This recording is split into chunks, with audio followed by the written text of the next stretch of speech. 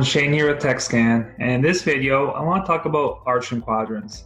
So first let me show you how to set up the arcs and quadrants.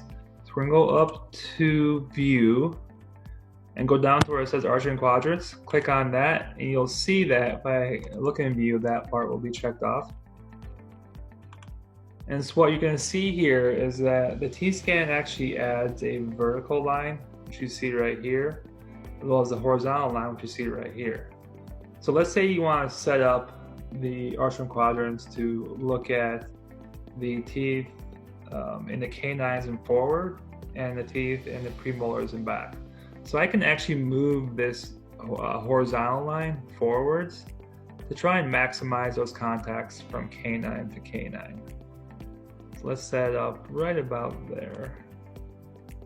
And this is the only line that you can move. You can't move the vertical line, it's just the horizontal line.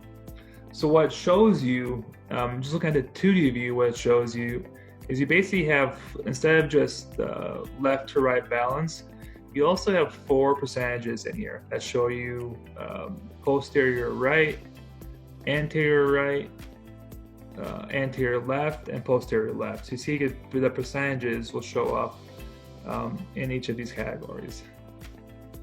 Now, if you look at the graph view, you'll now see that you have, instead of just the red and the green lines, which you see kind of blended in down here, you have 2 more colors. You have the blue and an orange line. And just to kind of show you how easy it is to interpret those lines, the blue line correlates to the posterior right, the orange line correlates to the posterior left, and then the green line anterior left, and the red line anterior right.